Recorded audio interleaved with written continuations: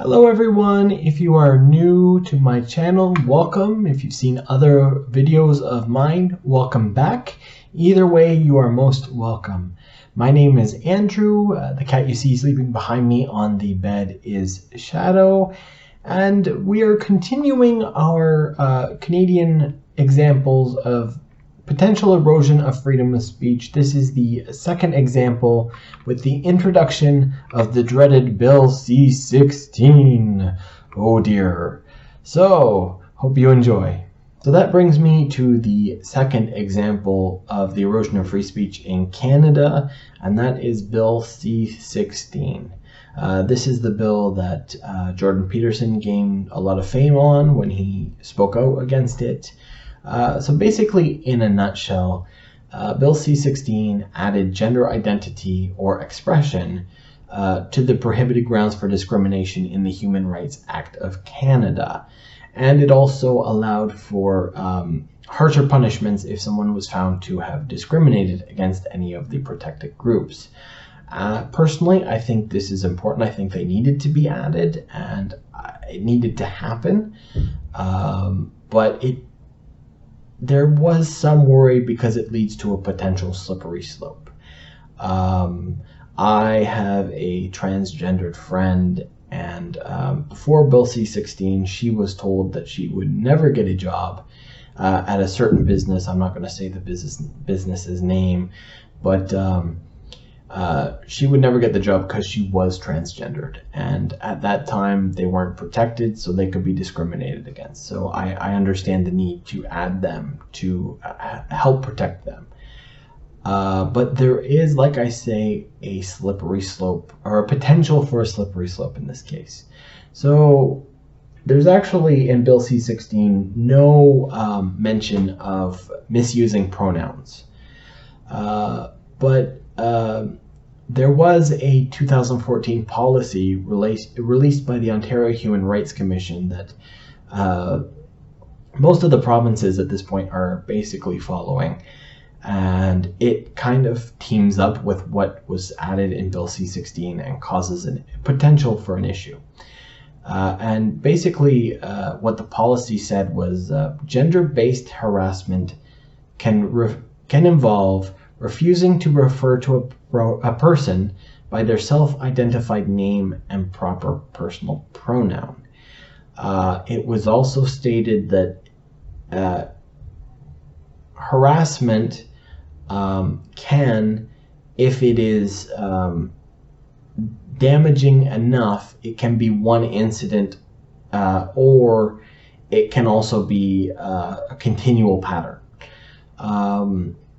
So theoretically, if a transgender person was someone misused their pronouns, even if it was the first time they'd ever met, they just were strangers on the street and were talking to each other.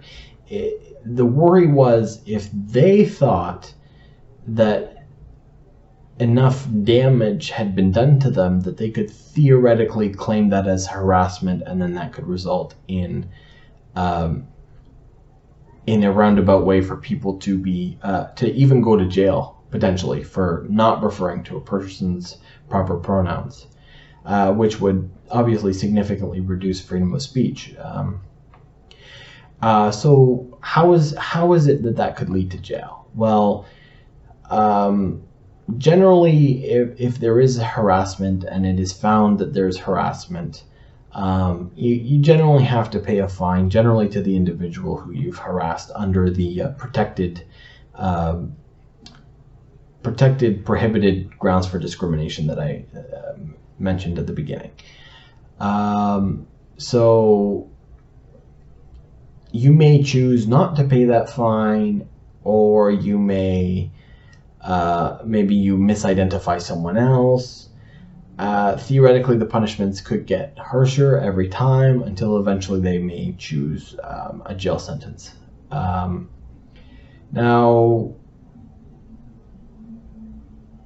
this bill was passed in 2017, and up until this very point when I'm recording, nobody has been fined or jailed for misuse of personal pronouns. And I've heard people who have said, well, it hasn't happened yet, so it will never happen, which is a ridiculous argument. I think it's the likelihood of a person going to jail for this is tiny, minuscule.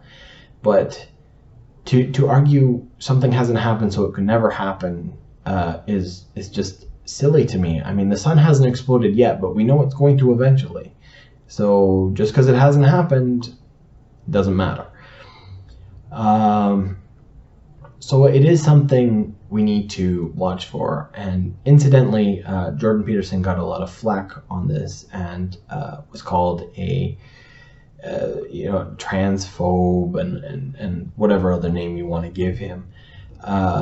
But his whole point was that at no point in Commonwealth history had a free country forced its people to say anything.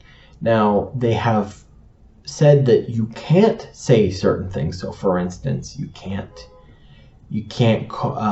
yell out fire in a crowded area to cause panic and potentially have someone get hurt. You can't incite violence. But they've never said you have to say this, because that would completely remove freedom of speech. If you have to say something, you don't have the choice of what you're going to say. That is something that happens in North Korea, where you have to say that the leader is a great person and you admire him and so on and so forth. That shouldn't be happening in Canada. Now,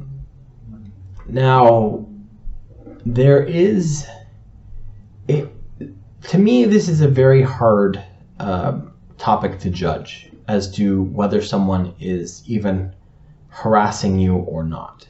I'm going to use an old example, let's say there's an old man at the place where you work, and he's working with a trans woman. He occasionally gets the pronouns right, but let's say 95% of the time he mislabels them as he, him, where it should be she, her. Now, there are any number of potential reasons why this could be happening. I'm going to give the two extremes. The first is that the old person is in fact harassing the woman, and is it doing it on purpose? Which, that could be the case. The option on the other extreme is that the old person is not used to the idea of a biological man identifying as a woman. They really have no ill will for that person, and although they're trying to get it right, their brain is so set in a certain pattern that it's hard for them to overcome that pattern. Really, unfortunately, only the old man in this scenario would know the truth. We can guess as to why, but we can't really do much more than that, unless he specifically says to someone else, oh yeah, I do it because I want to hurt them. So this is a thing that actually happens in people's brains. I generally want to give people the benefit of the doubt, and knowing a little bit about how the brain works and psychology, it makes a little bit of sense that it's probably more likely option 2 in my mind. But again, I don't know for sure. So when your brain creates a pathway for something, imagine a field covered in snow. Let's say a lot of snow. Let's say 10 feet of snow, or what is that in meters? A couple meters of snow. About 3 meters of snow.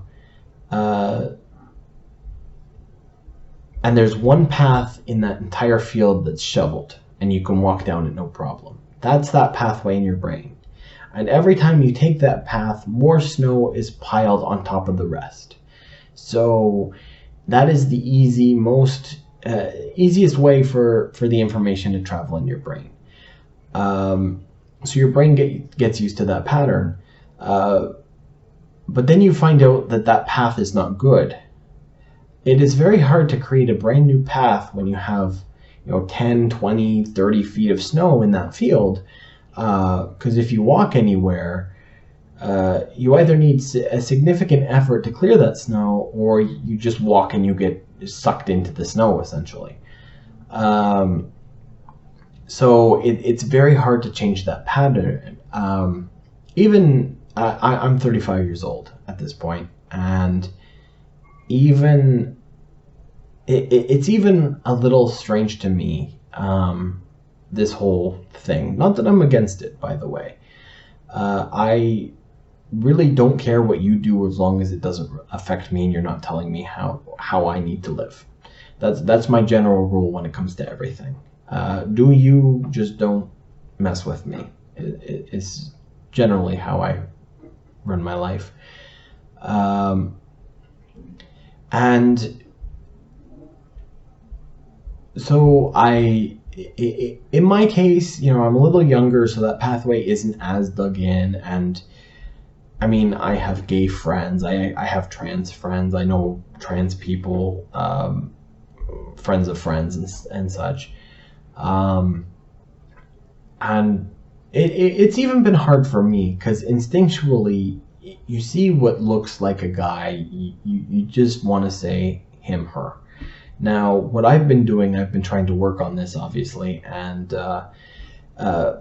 what I will generally do is I won't use pronouns at all. I will call them by whatever name they want to be called by, and that's how I generally deal with it.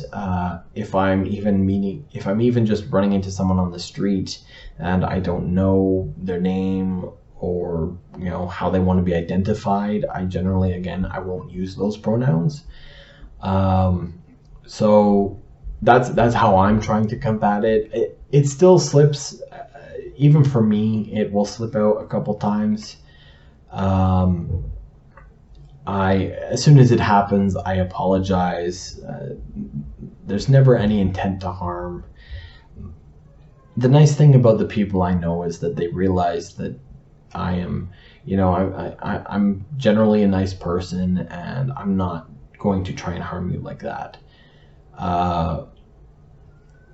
So I think I get that there's trauma. I get that most trans people have dealt with a lot of people, calling them freaks and monsters and all that stuff, and there's trauma behind it.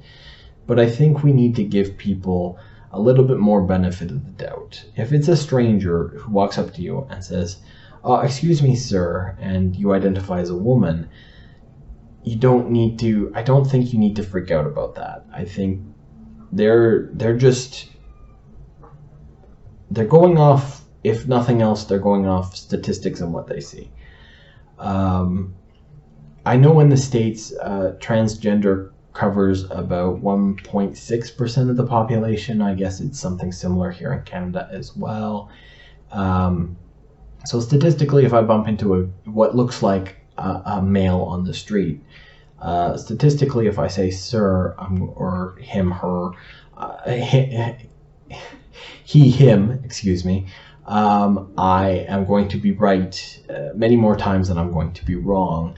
And so people do make that assumption, and that's that pathway in that brain, the pathway in the field covered with snow, and it's hard to get off of that. So like I said, I just try to not use pronouns at all, and I'll just talk to them, and if it's an important conversation and I need to address them, I'll generally say you, although some people get offended by that too. There's no pleasing everyone in this life, unfortunately. If they do, I just apologize and I move forward, and they can take that at that point however they want. But going back to this situation with Bill C-16, I know that was a bit of a tangent, but I think it was an important one to mention. Going back to Bill C-16, I don't think this is a huge risk to freedom of speech in Canada. That being said, there could be a time in which, theoretically, you walk into a person on the street and say, "Oh, excuse me, sir," and they identify as a woman, and theoretically you could be fined or sent to jail for that. There is that potential.